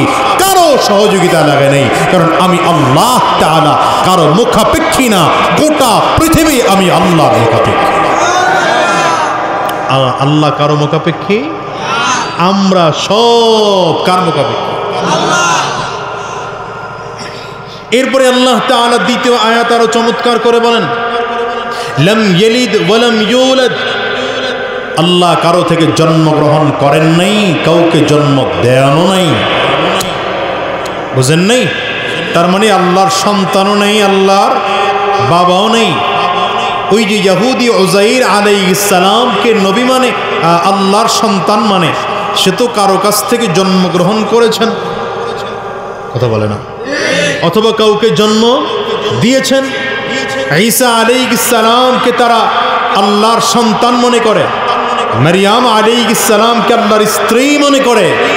মারিয়াম আলাইহিস সালামও তো সন্তান জন্ম দিয়েছেন, ঈসা আলাইহিস সালাম সন্তান জন্মগ্রহণ করেছেন। আল্লাহ বলে আমি আল্লাহ জন্মগ্রহণও করি নাই, কাউকে জন্ম দেও নাই, আমার সন্তানও নাই, আমার বাবাও নাই। সর্বশেষ আল্লাহর ক্লিয়ার করে বলেন ওয়ালাম ইয়াকুল্লাহু কুফুয়ান আহাদ, আমি আল্লাহর সমকক্ষ গোটা জগতে কেউ নাই। এটা বুঝছেন তো ভালো করে? তারে বলেন তো আল্লাহ কয়জন? আল্লাহর সমকক্ষ কেউ আছে? আল্লাহ তাআলা কারো মুখাপেক্ষী? আল্লাহর বাবা আছেন? আল্লাহর সন্তান আছে? আল্লাহ কয়জন? ভালো করে আঙ্গুলটা উঁচা করে বলেন আল্লাহ কয়জন? এবার আপনাদের কাছে কিছু প্রশ্ন করব, বুঝে শুনে উত্তর দিয়ে, আবার উত্তর দিয়ে পরে পেছ লাগায়েন না। বলেন আল্লাহ কয়জন? আঙ্গুলটা উঁচা করে সাক্ষী দিয়ে বলেন আল্লাহ কয়জন? নবী কয়জন? কোরআন কয়টা, ইসলাম ধর্ম কয়টা, কাবা কয়টা, কথা বলেন না কেন, কাবা কয়টা, মুসলমানের দল কয়টা? কে কইছে? কইছে কে? দলের তো অভাব নাই দেখি, কি কথা কান না কেন? ওরে দল, দলের শেষ নাই, কিন্তু মুসলমানের তো একটা দল হওয়ার কথা ছিল। যদি আপনার আমার কাবা এক হয়, যদি আপনার আমার আল্লাহ এক হন, যদি নবী একজন হন, যদি আপনার আমার ইসলাম এক হয়, গোটা পৃথিবীর মুসলমান এক হওয়ার দরকার ছিল, অভিন্ন হওয়ার দরকার ছিল। আর বর্তমানে গোটা পৃথিবীর মানুষ দলে দলে দলে দলে, বাংলাদেশ তো এমন দল হইছে, এক দলের বিরুদ্ধে আর এক দল না বললে পেটের ভাত হজম হয় না। এই দল শিখছি কোত্থেকে? আমরা দলে দলে বিভক্ত ছিলাম না, এগুলো কাফির আর মুশরিকরা আমাদেরকে শিখিয়েছে। কারা শিখাইছে? ওই আল্লাহর ওলি কি ঘুমায়? ভাই ঘুমাইতেছেন? ঘুমাইতেছেন? এখন ঘুম চলবে না। আমিও যেহেতু ঘুমাই না, আপনিও ঘুমাইবেন না। দল কয়টা হওয়া দরকার? এই যে আঙ্গুল উঁচা করে কন্যা দেখা যায়, কয়টা? ভালো করে বুঝে বললেন কয়টা? আর এখন আমাদের মধ্যে দল কয়টা? হাজারো দল, হাজারো দল। টুপির কারণে দল আলাদা, দাড়ির কারণে দল আলাদা, জুব্বার কারণে দল আলাদা। এজন্য পরিস্থিতি এখন এমন ভয়ঙ্কর রূপ নিয়েছে, ওয়াজ মাহফিলে হুজুর আগে উঠলে টুপির দিকে তাকায়, হুজুরের টুপি কেমন। যদি হুজুরের টুপির সাথে শ্রোতার টুপির মিলে তাহলে হুজুর ভালো, টুপি না মিললে হুজুর ভালো না। সবাই ঠিক বলে নেই, ভেজাল আছে। আগেই তাকায় হুজুরের জুব্বা কেমন। যদি হুজুরের জুব্বার সাথে পাবলিকের জুব্বা মিলে তাহলে ওয়াজ ভালো, নয়তো ওয়াজ ভালো না। কি কথা বলেন ঠিক না? আবার দেখে হুজুর কোন পীরের মুরিদ, যদি দেখে আমার পীর আর হুজুরের পীর এক, তাহলে ওয়াজ ভালো, নয়তো ওয়াজ ভালো না। আজীব এক ব্যাপার। পাঁচকুলকেওয়ালা গোল টুপিওয়ালারে গালি দেয়, গোল টুপিওয়ালা পাঁচকুলকেওয়ালারে গালি দেয়, জালি টুপি গালি দেয় আরেক কিস্তিওয়ালারে, কিস্তি টুপিওয়ালা জালি টুপিওয়ালায় গালি দেয়, আছে না নাই? এজন্য পাবলিক রাস্তায় যুবক হাঁটে টুপি মাথায় নেই, কিন্তু টুপি দিস না কেন? ওই টুপি নিয়ে যত ভেজাল, মাথায় টুপি দিব না। আপনি ঝামেলার গঞ্জাম তৈরি করে কি করেছেন? মানুষের মাথা থেকে টুপি সেরেছেন, নামাজ বাদ দিয়েছে আজকের মুসলমান। এই জন্য আজকে কয়েকটা কথা বলবো, আপনারা রাগ করবেন। আমরা মুসলমান দলে দলে বিভক্ত ছিলাম না, আমরা এক ছিলাম, ঐক্য ছিলাম, আমরা এক কোরআনে বিশ্বাসী ছিলাম। আমাদেরকে দলে দলে ভাগ করেছে কাফিররা। কাফির আর মুশরিকরা প্রথম একটা থিম আমাদের মাথায় ঢুকিয়ে দিয়েছে। আপনারা জানেন গোটাটা আমাদের এক সময় মহাভারত ছিল, জানা আছে? এখনকার যুবকরা মনে করবে এটা খাওয়ানোর নাম কইছি, এই মুরব্বীরা জানবে। মহাভারত ছিল নি বাজান? পাকিস্তান বাংলাদেশ ভাগ হওয়ার আগে গোটাটা ছিল ভারতবর্ষ অথবা মহাভারত। এই ভারতবর্ষ ইংরেজরা 200 বছর শাসন করেছে, কিন্তু উলামায়ে কেরামদের এক ফতোয়ার কারণে ইংরেজরা এ দেশ ছেড়ে পালাতে বাধ্য হয়েছে। কার ফতোয়ায় জানেন? যে আমাদের দেশে এখনকার মুক্তিযোদ্ধার চেতনা উঠাইতো, হুজুর করে মুক্তিযোদ্ধা বিরোধী চেতনা, এরা বলে চেতনায় রাজাকার। আমার এখনো মনে পড়ে 2016 সনের কথা বলছি। আমি ঢাকায় গাড়িতে যাচ্ছি, তো এক সিগনালে এক পুলিশ আমাকে দাঁড় করাইছে। দাঁড় করায় কাগজ দিতে বললো, গাড়ির কাগজ দেখাইলাম, সব ক্লিয়ার। বলে হুজুর মামলা নেওয়া লাগবে। কেন? বলে আপনি রাজাকার। রাজাকার তো ভালো কথা, রাজাকার হইতে হইলে কত বছর বয়স লাগবে? মিনিমাম তো 71-এরও 12-14 বছর আগে জন্ম নেওয়া লাগবে, ঠিক না? আচ্ছা বাজান আপনি বলেন আমার বয়স কত? 71-এর আগে জন্ম না পরে? ধারণা কি মনে হয় আপনাদের কাছে? যদি 71-এর আগে 2-1 বছর আগে জন্ম নিলেও রাজাকার হওয়ার সুযোগ নেই। রাজাকার হওয়ার মতো ওরকম হওয়া তো লাগবে। তাহলে আমার বয়স মিনিমাম কত? 60-এর আগে জন্ম হতে হবে, ঠিক না? আমি তারে জিজ্ঞাসা করলাম, ভাই আমাকে বয়স দেখে কি মনে হয় আমি রাজাকার? না হুজুর, আমি জানি আপনার ৭১-এর পরে জন্ম, কিন্তু আপনি চেতনায় রাজাকার। কিসের রাজাকার? চেতনায় রাজাকার। আমাদের দেশে এগুলো চলতো, মারাত্মক আকারে চলতো। মুক্তিযুদ্ধের এক ধ্বজাধারী স্লোগান দিয়ে আমাদের দেশের প্রত্যেকটা মানুষকে হয়রানি করা হয়েছে, অথচ মুক্তিযুদ্ধের যারা যুদ্ধ করেছে তাদেরকে অবহেলিত করে রাখা হয়েছিল। কয়জন মুক্তিযোদ্ধাকে সঠিক সম্মান দেওয়া হয়েছে? আপনাদের এখানে মুক্তিযোদ্ধা আছে কিনা আমি জানি না। আমি ধন্যবাদ জানাই বর্তমান যিনি রাষ্ট্রের প্রধান উপদেষ্টা আছেন ডক্টর ইউনূস সাহেব। তিনি এবার বাহিরে সফরে যাওয়ার সময় দুজন সমন্বয়কারীকে সাথে করে নিয়ে গিয়েছেন। নিয়ে জাতিসংঘের বক্তব্যের সামনে দেখিয়েছেন ২০২৪ সালের স্বৈরাচার বিরোধী আন্দোলনের মূল নায়কের মধ্যে এরা দুইজনও ছিল। পরিচয় করিয়ে দিয়েছে যে এরা ২০২৪-এর মুক্তিযোদ্ধা।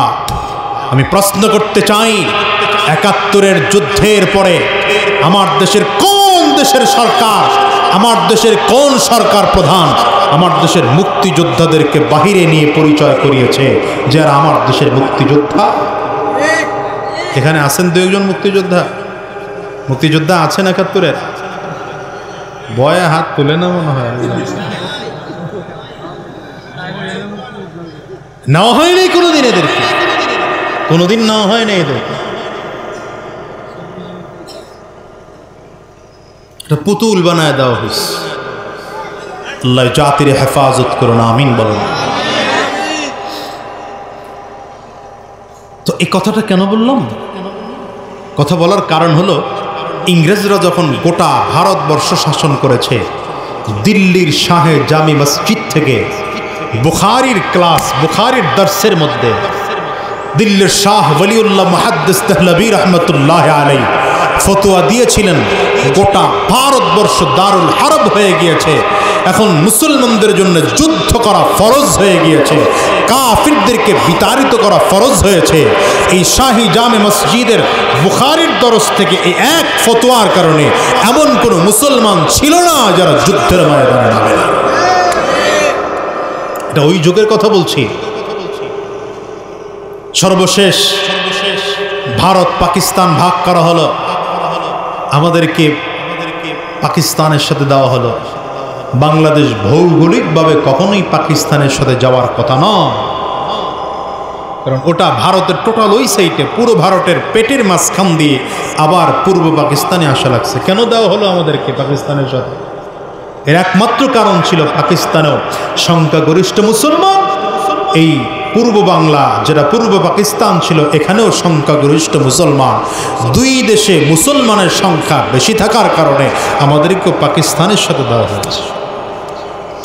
সর্বশেষ পাকিস্তান হানাদার বাহিনীর কাছে যখন আমরা ইনসাফ পেলাম না, ৭১ সালে আমরা নতুন করে আবার মুক্তিযুদ্ধের ঘোষণা দিয়ে যুদ্ধ করলাম। আমাদের পূর্বপুরুষরা যুদ্ধ করে পাকিস্তান থেকে বাংলাদেশ নামের এক ভূখণ্ড স্বাধীন করল, কিন্তু অস্তিত্ব কি হয়েছে জানেন? কাফির মুশরিকরা সাকসেস। ওরা আমাদের মগজে একটা ছোট্ট কথা ঢুকিয়ে দিচ্ছে, সেটা হচ্ছে ন্যাশনালিজম। বাংলা নাম মনে রাখেন, জাতীয়তাবাদ। বুঝতেছেন না মনে হয় আমার কথা? কাফিররা কি কথা ঢুকাইছে? জাতীয়তাবাদ। জাতীয়তাবাদের থিওরি কি? জাতীয়তাবাদের থিওরি হলো পাকিস্তানের কোনো মুসলমান যদি মরে যায় তো বাংলাদেশ থেকে বক্তব্য দেওয়া হবে, এটা পাকিস্তানের অভ্যন্তরীণ বিষয়, এটা আমাদের বিষয় না। আরে বুঝে না, বুঝার লোক নেই। ভারতের কোনো মুসলমান নির্যাতিত হলে বাংলাদেশ থেকে কি বলা হয়? ওটা ভারতের অভ্যন্তরীণ বিষয়, ওটা আমাদের বিষয় না। বাংলাদেশের কোনো মুসলমান মরলে ওই ভারত পাকিস্তান একই কথা বলে, ওটা বাংলাদেশের অভ্যন্তরীণ বিষয়, আমাদের বিষয় না। আপনাদের কাছে প্রশ্ন করি, ভারত পাকিস্তান বাংলাদেশ নয়, গোটা পৃথিবীর কোথাও যদি কোনো মুসলমান নির্যাতিত হয়, সেখানে আপনার আমার প্রতিবাদ করার দরকার আছে না নাই বলেন? এটা ঈমানি দায়িত্ব। কেন? নবীজি বলেছেন আল মুসলিমুনা কুল্লুহুম কাজাসাদিন ওয়াহিদ, গোটা পৃথিবীর মুসলমান একটা বডির মতো, একটা দেহের মতো। নবী আরো ক্লিয়ার করে বলেছেন ইনিস্তাকা আইনুহু ইস্তাকা কুল্লু ওয়া ইনিস্তাকা রাসুহু ইস্তাকা কুল্লু। রাসূল আরবি বলেন যদি কোনোদিন কারো মাথা ব্যথা হয়, গোটা শরীরে ব্যথার কারণে ব্যথায় জর্জরিত হয়ে যায়। কারো চোখে যদি ব্যথা হয়, গোটা শরীরে ব্যথায় জর্জরিত হয়ে যায়। ঠিক তেমনিভাবে গোটা পৃথিবীর মানুষ একটা দেহের মতো। কোথাও যদি মুসলমান নির্যাতিত হয়, গোটা পৃথিবী থেকে তার প্রতিবাদ আসবে। কিন্তু হয় আমাদের প্রতিবাদ? কেন হয় না? চেতনা ভুলে গিয়েছে, ন্যাশনালিজম, ওই যে জাতীয়তাবাদের স্লোগানে আমরা ভুলে গিয়েছে, মনে করি ভারতের অভ্যন্তরীণ বিষয়। এমনকি বর্তমানে পরিস্থিতি এমন হয়েছে, আমাদের বাংলাদেশের জেলায় জেলায় এক জেলার আরেক জেলার মুসলমান নির্যাতিত হলে এই জেলার মুসলমানও কথা বলে। কি ঠিক বললাম না ভুল বললাম?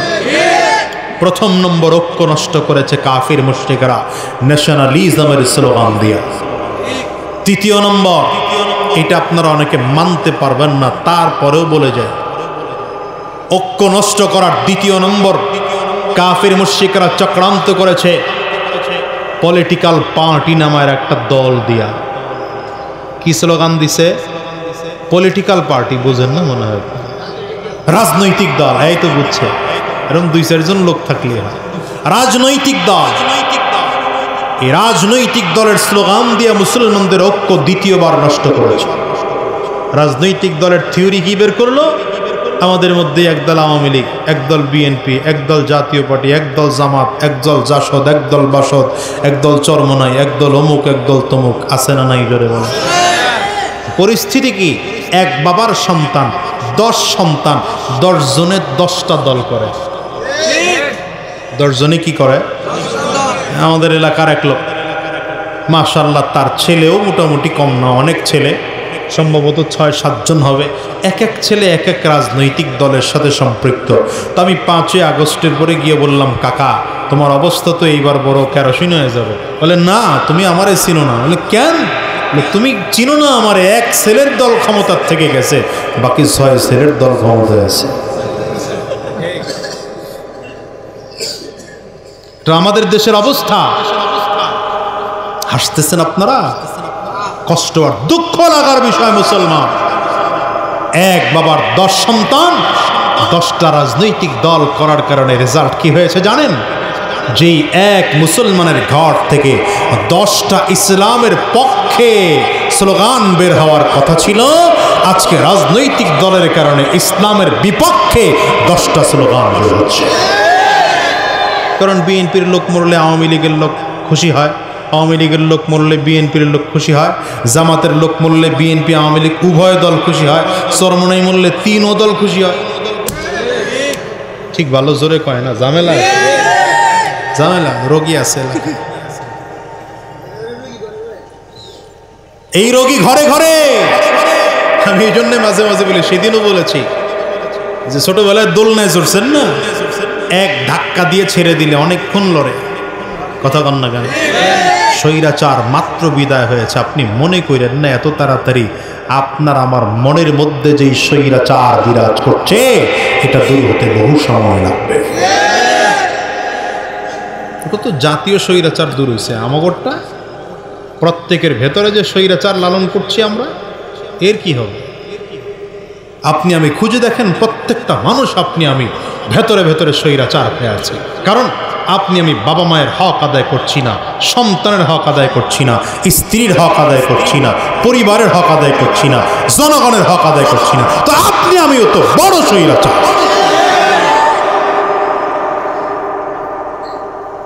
তো মুসলমানদের ঐক্য নষ্ট করার দ্বিতীয় নম্বর থিওরি কি বললাম? রাজনৈতিক দল। প্রথম কি বলেছিলাম? হ্যাঁ, জাতীয়তাবাদ, দল দল দল, দেশ। দ্বিতীয় হচ্ছে দল।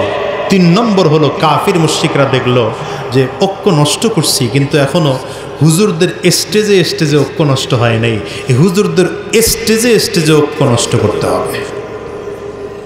এই দল আর একটা বের করলো হুজুরদের মধ্যেই। এবার আপনারা নাই, কিন্তু আপনারা শেষ আগেই। ওই 2টার মধ্যে আপনারা ছিলেন, এখন আমাগর মধ্যে চলে আসছে। আমাগর মধ্যে কি আসছে? এখন মঞ্চে মঞ্চে ফতোয়া দেওয়া শুরু হয়েছে। এক হুজুর আরেক হুজুরের কাফির বলে।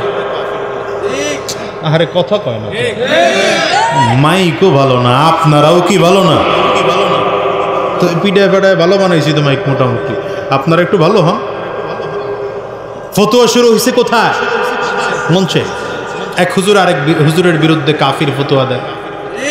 কি ছোট্ট বিষয়ে, কেউ বলে নবী নূরের তৈরি, কেউ বলে নবী মাটির তৈরি, কেউ বলে দাঁড়ায়া পড়ো, কেউ বলে বৈশা পড়ো। এই ছোট্ট মাসআলা নিয়া একজন আর একজনের কাফির, একজন আর একজনের ওহাবি, একজন আর একজনের সুন্নি, পিটার মারামারির শেষ।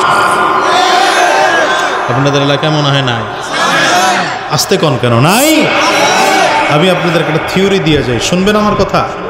আমি এখানে যদি 2 ঘন্টা বৈশা নবী নূরের তৈরি আর মাটির তৈরি দলিল দেই, মনে থাকবে না। একটা ছোট্ট থিওরি দিয়ে যায়। থিওরি হচ্ছে, আজকের থেকে কোনো হুজুর যদি এসে আপনাদেরকে নবী নূরের তৈরি এই ওয়াজ করে, কিচ্ছু করার দরকার নেই, তারে খুব আদর আপ্যায়ন করে একটা রুমের মধ্যে নিয়ে আটকায় রাখবেন। আবার কিছুদিন পরে আরেক হুজুর এসে যখন বলবে নবী মাটির তৈরি, তারেও নিয়ে ওই একই রুমের মধ্যে আটকায় রাখেন। 2 জনরে চমৎকার করে মেহমানদারি করাবেন আর বলবেন, হুজুর আমাগোর মধ্যে ঝামেলা বাজায় লাভ নাই, আপনারা 2 জন এক রুমের মধ্যে বৈশা সিদ্ধান্ত একটা নিয়ে বের হইবেন। যতদিন পর্যন্ত এক সিদ্ধান্ত নিতে না পারবেন, রুমের থেকে বের করবেন। কি কথা কন না? পারবেন ইনশাআল্লাহর পাওয়ার ভালো না, পারবেন? পারার সময় আসছে এখন। এই সিজনে যদি কেউই উল্টাপাল্টা বক্তব্য দেয়, তাহলে এগুলোরে ধরবেন। কারণ কোন হুজুর মাঠে ছিল আর কোনটা মাঠে আসিল না আমরা দেখছি সবই। কথা কন না কেন?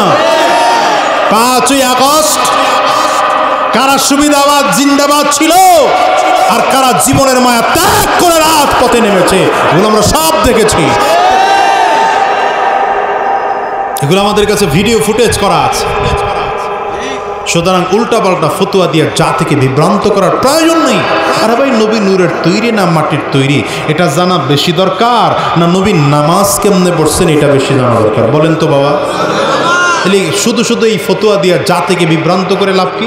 তার চেয়ে নবী নামাজ কি করে পড়েছেন সেটা শিখাও, রোজা কি করে রেখেছেন সেটা শিখাও, যাকাত কি করে নবী দিয়েছেন সেটা শিখাও, নবীজি কেমন করে ওযু করেছেন সেটা শিখাও। মানুষের নামাজ শুদ্ধ হয় না, রোজা শুদ্ধ হয় না, সুন্নাহ শুদ্ধ হয় না, এই সানা শুদ্ধ হয় না, সূরা ফাতিহা শুদ্ধ হয় না, সূরা ইখলাস শুদ্ধ হয় না, এগুলো মানুষ জানে না।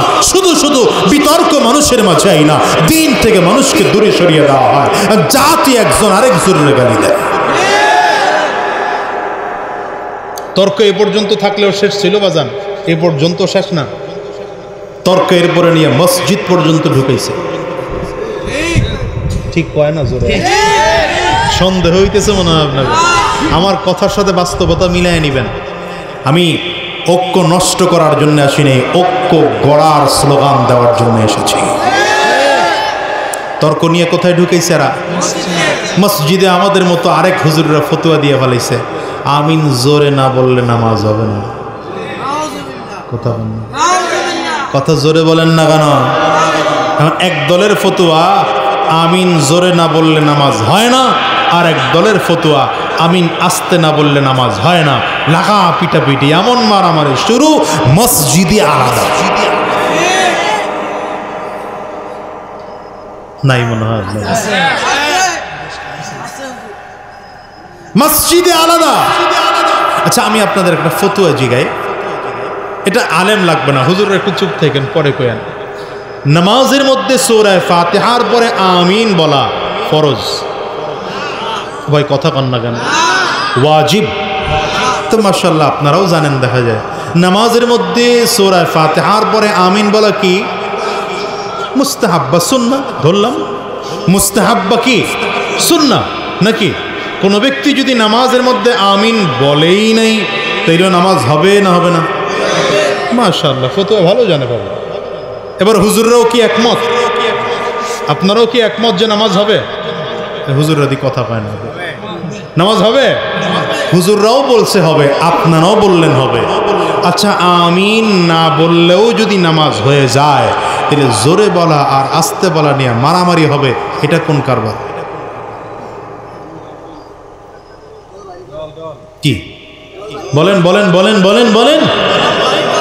আমিন জোরে বললেও নামাজ হয়ে যায়, আস্তে বললেও নামাজ হয়ে যায়, আমিন না বললেও নামাজ হয়ে যায়। সেখানে আমিন জোরে বলা আর আস্তে বলা নিয়ে মারামারি কেন হবে? বুঝা গেল এরা ইসলাম ও মুসলমানদের ঐক্য নষ্ট করতে চায়। কারণ এই যে হাত বাঁধা আরেক মাসালা, একদলকে হাত কই বাঁধো? বুকে, আর এক দল নাভিতে। এখন নাভির নিচে হাত না বাঁধলে একদল নামাজ হবে না, আর একদল বুকে না বাঁধলে নামাজ হবে না। সহজ সমাধান দিয়ে যাই, হাত বাঁধা কি বাবা? ফরজ, ওয়াজিব। এই কথা কয়েন আপনারা, চুপচাপ বসে থাকলে হবে না। হাত বাঁধা ফরজ, ওয়াজিব, তাহলে কি সুন্নাত। এই জন্য ইমাম আহমদ ইবনে হাম্বল রহমতুল্লাহ আলাইহির মাযহাব হলো হাত না বাঁধা, ছেড়ে দাও। এই জন্য বাইতুল্লাহ গেলে দেখবেন কিছু কিছু মানুষ হাত ছেড়ে দিয়ে দাঁড়ায় গেছে, ওনার জন্য কি করবি কর, বানবো না। কথা বলেন না তবে। হাত না বাঁধলেও নামাজ, হাত না বাঁধলেও নামাজ হয়ে যাবে। সেখানে হাত বুকে বাঁধা আর নাভিতে বাঁধা নিয়ে মারামারি হবে কেন? হানাফি মাযহাবের ফতোয়া শুনিয়ে যাই। হানাফি মাযহাবের ফতোয়া হলো আমিন আস্তে বলা উত্তম, জোরে বলা জায়েজ।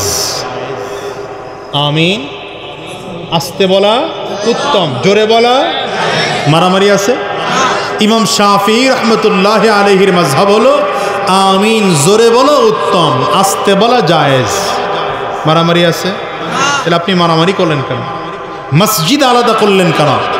আমরা 50-100 বছর ধরে দেখেছি মসজিদ আলাদা খ্রিস্টানদের, মসজিদ আলাদা কাদিয়ানীদের। এখন যারা ইসলামের নাম দিয়ে আলাদা মসজিদ করতে চায়, ওরা ইসলামের ঐক্য নষ্ট করতে চায়।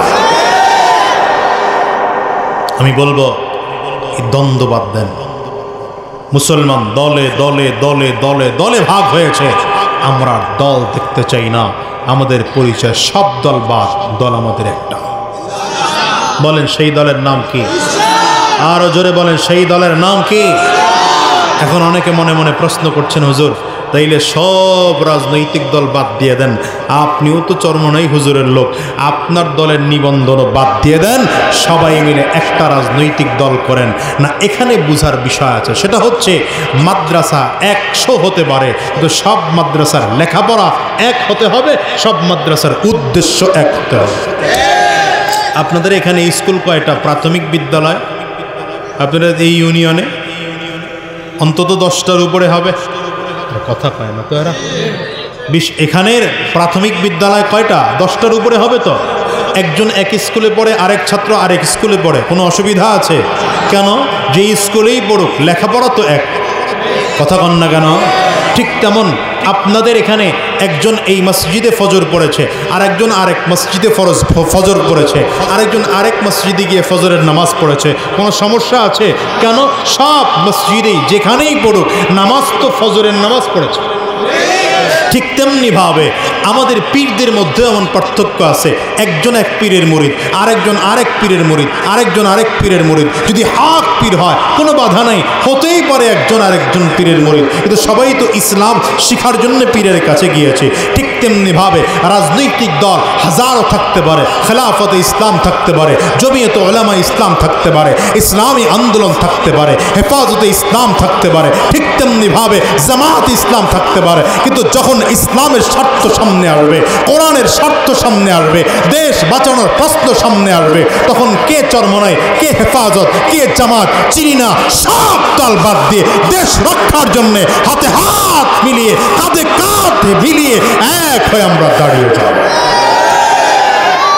কি কথা কন না কেন? আলহামদুলিল্লাহ সুম্মা আলহামদুলিল্লাহ, ওলামায়ে কেরাম এখন ঐক্যের পথে হাঁটা আরম্ভ করেছে। আলহামদুলিল্লাহ বলবেন না? জোরে সোরে বলবেন না আলহামদুলিল্লাহ? উলামায়ে কেরাম এখন ঐক্যের পথে হাঁটা আরম্ভ করেছেন। কারণ দল যার যার কাছে দেশ রক্ষার দায়িত্ব সবার, দল যার যার কাছে ইসলাম রক্ষার দায়িত্ব সবার, দল যার যার কাছে কোরআন রক্ষার দায়িত্ব সবার, দল যার যার কাছে মসজিদ মাদ্রাসা রক্ষার দায়িত্ব সবার। বুঝতে পারলেন কি পারলেন না? থাকুক, দল হাজারো থাকুক, রাজনৈতিক দল হাজারো থাকুক, কিন্তু যখন দেশের সংকটময় সময় চলে আসবে তখন 5 আগস্টের মতো আমাদেরকে আবার এক হয়ে আসতে হবে। তৈয়ার আছেন তো এক হওয়ার জন্যে? ওলামায়ে কেরামদের ডাকে এক হওয়ার জন্যে তৈয়ার আছেন তো? যদি আমাদের আবার মাঠে নামতে হয় নামতে তৈয়ার আছেন তো? যদি মিছিল দেওয়ার প্রয়োজন হয় নামতে তৈয়ার আছেন তো? যদি রক্ত দেওয়ার দরকার হয় রক্ত দেব, জীবন দিতে হলেও তৈয়ার কারা কারা? 2 হাত উঁচু করে আল্লাহকে দেখা।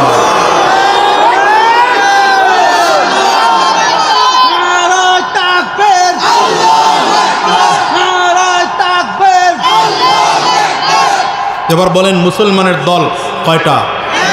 আর কোনো ঝামেলা হবে? মারামারি আছে, ঝগড়া আছে, ভেজাল আছে? আমরা প্রত্যেকে একজন আর একজনের সহযোগী। হ্যাঁ, যদি কোনো দল চোখের দিকে তাকিয়ে দেখি ভুল করছে, কেন্দ্রীয় নেতৃবৃন্দের সাথে বসে তাদের সাথে গোপনে আলাপ করে নেন। মাইকে চিল্লা শুধু শুধু কোনো দরকার নেই। এক আলেমের বিরুদ্ধে আরেক আলেম যদি বলি, আমি যদি হুজুরের বিরুদ্ধে বলি তো হুজুর আগামীকাল আমার বিরুদ্ধে বলবে, আবার এই 2 জনের বিরুদ্ধে আরেকজন বলা আরম্ভ করবে। আমাদের বিরোধিতা দেখা পাবলিক একদিন আমাদের কাছ থেকে মুখ ফিরিয়ে নেবে, যার পরিণতি ভালো হবে না। এই জন্যে বলবো, ছোট হুজুর হন, বড় হুজুর হন, যাই হন, ঐক্যের রাস্তায় হাঁটা আরম্ভ করেন। আপনার চোখে যদি কারো ভুল ধরা পড়ে, তার কাছে গিয়ে কথা বলেন যে ভাই এই 5টা ভুল আপনার মধ্যে দেখা যায়, এটা সংশোধন করে ফেললেই আমরা সামনে একসাথে হাঁটতে পারি। ব্যাস ক্লিয়ার। কি কথা কন না কেন? রাগ করলেন আপনারা? এটা ঐক্যের কথা বললাম না ঐক্য বিনষ্ট করার কথা বললাম? ঐক্যের কথা বললাম। কেন? বুক ভরা আশা নিয়ে কথা বলছি। আগামীর বাংলাদেশ স্বপ্ন দেখছি, তাকিয়ে তাকিয়ে দেখছি বাংলার আকাশে কালিমার পতাকা উড্ডীন হওয়ার পথে। আগামীর বাংলাদেশ যেন কোরআনের বাংলাদেশ হয়, আগামীর বাংলাদেশ যেন ইসলামের বাংলাদেশ হয়, আগামীর বাংলাদেশ ইনসাফের বাংলাদেশ হয়, জুলুম মুক্ত বাংলাদেশ হয়, সে স্বপ্ন দেখছি আমরা। সুতরাং আমি সর্বশেষ আবারও বলছি, আল্লাহ কয়জন? এবার কিপটামি করবেন না, কেউ আওয়াজ পকেটে রাখবেন না, জোরে আওয়াজ দিয়া আঙ্গুল উঁচা করে বলেন আল্লাহ কয়জন? নবী কয়জন? সবাই আঙ্গুল উঁচা করে নাই, লজ্জা করতেছে না? কয়জন? আল্লাহ কয়জন? নবী কয়জন? কোরআন কয়টা? ধর্ম কয়টা? ইসলাম ধর্ম মনোনীত ধর্ম কয়টা? কাবা কয়টা? মুসলমানদের মধ্যে দল থাকবে কয়টা? আওয়াজ করে বলেন দল কয়টা? ইসলাম রক্ষার জন্য দল থাকবে কয়টা? এই জন্য রব্বে কারীম বলেন ওয়া'তাসিমু বিহাবলিল্লাহি জামিআ ওয়া'তাসিমু বিহাবলিল্লাহি জামিআন ওয়া লা তাফাররাকু। রব্বে কারীম গোটা পৃথিবীর মানুষকে লক্ষ্য করে বলছেন, দুনিয়ার মানুষেরা, আমি আল্লাহর রশিকে তোমরা মজবুত করে আঁকড়িয়ে ধরো, সাবধান তোমরা পৃথক হয়ে যাও না, দলে দলে দলে দলে ভাগ হয়ে যাও না। আজকে গোটা মুসলমান দলে দলে বিভক্ত, এজন্য মুসলমান নির্যাতিত, নিপীড়িত, নিষ্পেষিত, পদদলিত, অপমানিত। মুসলমান যদি আবার এক হয়ে যায়, কাফিররা লেজ গুটিয়ে পালাতে বাধ্য হবে। বদরের ময়দানে মাত্র 313 জন মুসলমান একত্রিত হয়েছে। কতজন মুসলমান একটু আওয়াজ করে বলে? কাফিররা লেজ গুটিয়ে পালাতে বাধ্য হয়েছে। উহুদের ময়দানে অল্প সংখ্যক সাহাবায়ে কেরাম হাজির হয়েছেন, কাফিররা লেজ গুটিয়ে পালাতে বাধ্য হয়েছে। মুসলমান সংখ্যায় বড় লাগে না, ঈমানের শক্তি যদি মুসলমানের থাকে, মুসলমানের বিজয় নিশ্চিত হবে, কারণ বিজয় দেওয়ার মালিক হলেন আমার আল্লাহ। রাসূল আরবি সাল্লাল্লাহু আলাইহি ওয়াসাল্লাম এই জন্য বিদায় হজের ভাষণে যখন দাঁড়াইলেন, বিদায় হজের ভাষণে দাঁড়িয়ে রাসূল আরবি 1.25 লক্ষ সাহাবায়ে কেরামদের সামনে দাঁড়িয়ে ঘোষণা দিচ্ছেন, আল-ইয়াউমা আকমালতু লাকুম দীনাকুম ওয়া আতমামতু আলাইকুম নি'মাতি ওয়া রাদিতু লাকুমুল ইসলাম দীনা। সব সাহাবায়ে কেরামদেরকে লক্ষ্য করে রাসূল আরবি সাল্লাল্লাহু আলাইহি ওয়াসাল্লাম ঘোষণা দেন, সাহাবীরা আজকের দিন রব্বে করিম তোমাদের কাছে কমপ্লিট করে দিলেন। সাহাবায়ে কেরাম নবীজির জবানের দিন কমপ্লিট হওয়ার ঘোষণা শুনে এত আনন্দিত হয়েছেন, একজন সাহাবী আর একজনের কাঁধে কাঁধ মিলায়, কেউ কারো কপালের মধ্যে চুমা খায়, কেউ কারো হাতে হাত মিলায় মুসাফাহা করে আর বড় আনন্দ প্রকাশ করে আর বলে, ভাই এই দিনের জন্য আবু বকরের রক্ত ঝরেছে, এই দিনের জন্য ওমরের রক্ত ঝরেছে, এই দিনের জন্য হযরত উসমান রক্ত ঝরিয়েছেন। আজকের এই দিন বুঝি কমপ্লিট হয়ে গেল। এই দিনের জন্য রাসূল আরবি কত মেহনত করেছেন। সাহাবায়ে কেরাম বড় আনন্দ প্রকাশ করেন। আজকের সব কথাগুলো মনে পড়ে যায়। এই দিনের জন্য উহুদের ময়দানে রাসূল আরবি দন্দন মুবারক শহীদ করেছে। কাফির মুশরিকরা আমার নবীর দিকে লক্ষ্য করে তীর মেরেছে। তীরের আঘাতের কারণে নবীর মাথার লোহার টুপিটা ভেঙে মাথার কপালের মধ্যে লোহার টুকরা ঢুকে যায়। এত গভীরভাবে লোহার টুকরা ভেতরে ঢুকে গিয়েছে, অন্যান্য সাহাবীরা দাঁত দিয়ে কামড় দিয়ে সামনের দিকে টান দেয়, নবীর লোহার টুকরা বের হয় না। একজন সাহাবী গিয়ে টান দিয়েছেন, দাঁত দুটো ভেঙে জমিনের মধ্যে পড়ে গিয়েছে, লোহার টুকরা বের হয় না। আবারও টান দিয়েছেন, আরো দুইটা দাঁত জমিনের মধ্যে পড়ে গিয়েছে, লোহার টুকরা বের হয় না।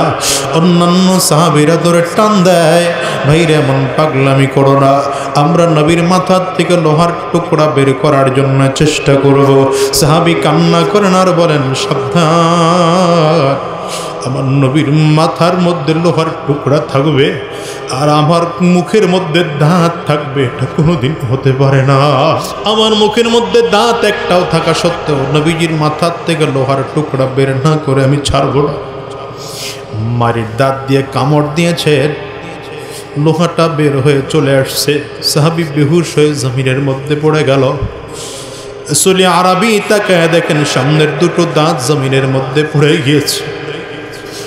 রাহমাতুল লিল আলামিন চেহারা মুখের মধ্যে দিলেন, রক্তে হাত লাল হয়ে গিয়েছে।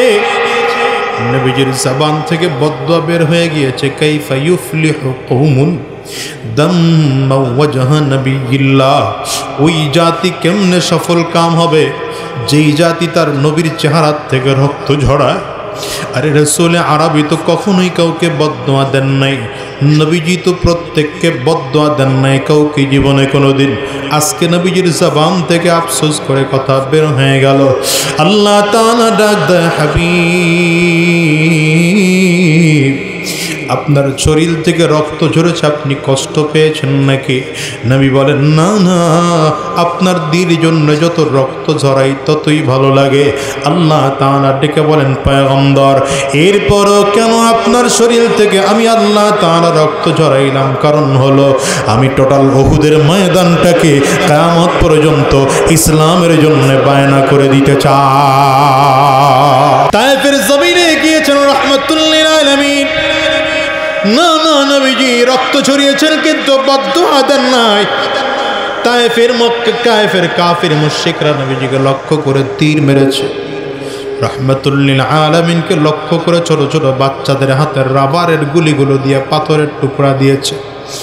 এই বাচ্চাগুলো বুঝে না পাথরের টুকরাগুলো আমার নবীর দিকে লক্ষ্য করে জোরে জোরে মেরেছে।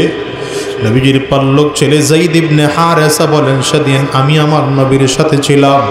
পাথরগুলো এত জোরে এসে আমার নবীর শরীরের মধ্যে পড়েছে, চামড়া ছিদ্র হয়ে গোশতের মধ্যে ঢুকে যায়, রক্ত টপ টপ করে নবীজির শরীর থেকে পড়ে। নবীজি হাঁটতে পারেন না, বেহুশ হয়ে জমিনের মধ্যে পড়ে যায়। কূপ থেকে পানি পান করতে যায়, কাফিররা তাও বাধা হয়ে দাঁড়ায়, রাহমাতুল লিল আলামিনকে পানি পান করতে দিবে না।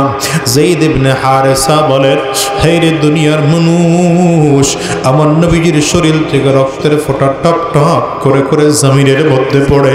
এই তো গত বৃহস্পতিবারে আমি উমরা সফর শেষ করে আসলাম, নবীজির রক্ত যেখানে পড়া ছিল ওই জায়গাটা এখনো চিহ্নিত করা আছে। যায়েদ ইবনে হারেসা বলেন, নবীজির শরীর থেকে একটা একটা পাথরের টুকরাগুলো আমি সরায় দিতেছি আর নবীজির রক্তগুলো জমিনের মধ্যে পড়ে, কিন্তু কত রহমতের নবী আমার নিজের রক্তগুলো জমিনে পড়তে দেন না, নিজের চাদর দিয়ে মুছে মুছে মুছে মুছে ভাঁজ করে রাখেন। আবার নবীজি মুছতেছেন, আবার ভাঁজ করে রাখতেছেন। যায়েদ ইবনে হারেসা বলেন, পয়গম্বর রক্ত কেন আপনি জমিনের মধ্যে পড়তে দেন না? রাহমাতুল লিল আলামিন বলেন, যায়েদ রে, আমি নবীর রক্ত বড় পবিত্র রক্ত, আমি নবীর বড় ভয় হয় এ রক্ত যদি জমিনের মধ্যে পড়ে আল্লাহ তাআলা রাগ করে কিয়ামত পর্যন্ত হয়তো তায়েববাসীকে ফসল দেওয়া বন্ধ করে দিবে, তায়েববাসী না খেয়ে মারা যাবে।